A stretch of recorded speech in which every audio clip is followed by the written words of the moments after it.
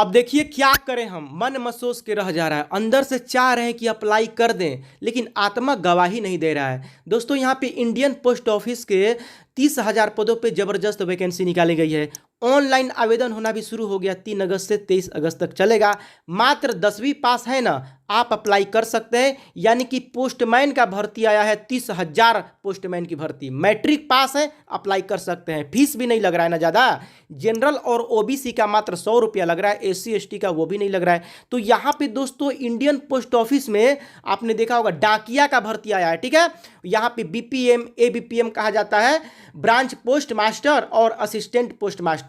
तो यहाँ पे लोगों का कहना है कि यहाँ पे आपने योग्यता 10वीं पास रखा है, उससे हमें कोई ऐतराज नहीं है। लेकिन यहाँ पे आप बोल रहे हैं कि परीक्षा हम नहीं लेंगे, जिसका देखेंगे ज़्यादा परसेंटेज आया है। अगर मान लीजिए आपका 90% आया है और किसी का 94 आ गया और 94 पे ही मेरिट बन गया, तो हम क्या करेंगे, 94 वाला का ले लेंगे। अब लोग बोल रहे हैं ना कि सिलेक्शन प्रोसेस हमको पसंद नहीं है। अब देखिए जिनका अच्छा नंबर आया है ना, उनसे हमें कोई ऐतराज़ नहीं है, भगवान करे कि उनका नौकरी लग जाए।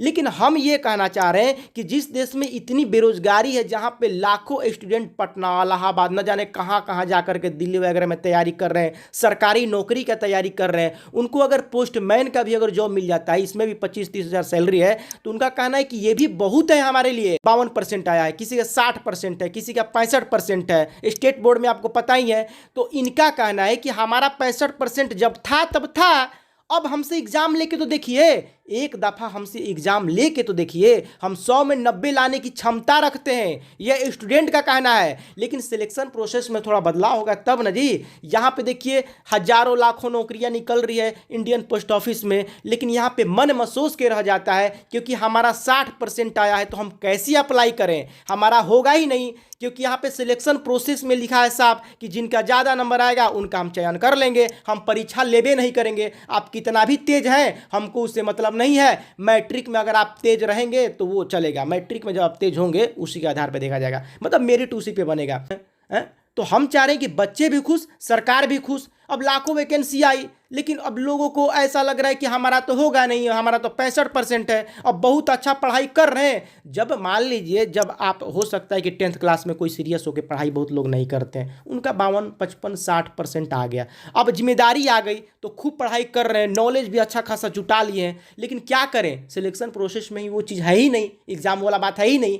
हम तो यही उनसे आग्रह करेंगे, अगली बार से अगर भर्तियां निकाले तो कम से कम हमें भी यहाँ पे मौका दिया जाए, हम लोग भी अपना नॉलेज यहाँ पे दिखा है, साबित करने की कोशिश करें। एग्जाम ले कम से कम कि 100 में 90 लाने की हम क्षमता रखते हैं कि नहीं रखते हैं, सकते हैं।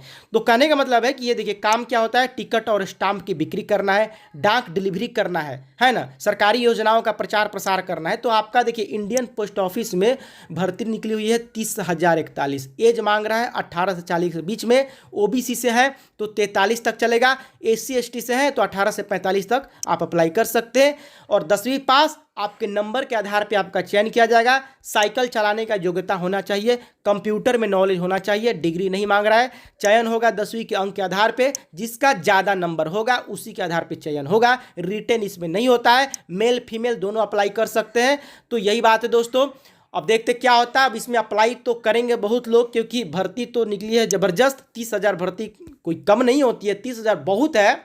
लेकिन मन महसूस, वही ना बात बोल रहे हैं कि मन महसूस के रह जा रहा है। हम यही कहना चाहेंगे ना कि इस पर विचार मंथन आयोग जरूर करे, और थोड़ा सा अगर उसमें बदलाव कर देंगे ना ये लोग, तो बहुत लोग खुश हो जाएंगे, बहुत लोग। क्योंकि ये सरकारी नौकरी के अंतर्गत आता है, और सरकारी नौकरी की तैयारी करने वाले जो स्टेट बोर्ड के लोग होते हैं, स्टूडेंट होते हैं, उनका नंबर आपने देखा कम ही आता है। तो देखिए हमें किसी से गुरेज नहीं है, अगर किसी का अच्छा नंबर है तो भगवान करे कि उनका लग जाए। हम तो हनुमान जी से, भगवान से, ऊपर वाले से विनती करेंगे कि आपका 90% है, 95% है, 98% है, आपका सिलेक्शन हो जाए।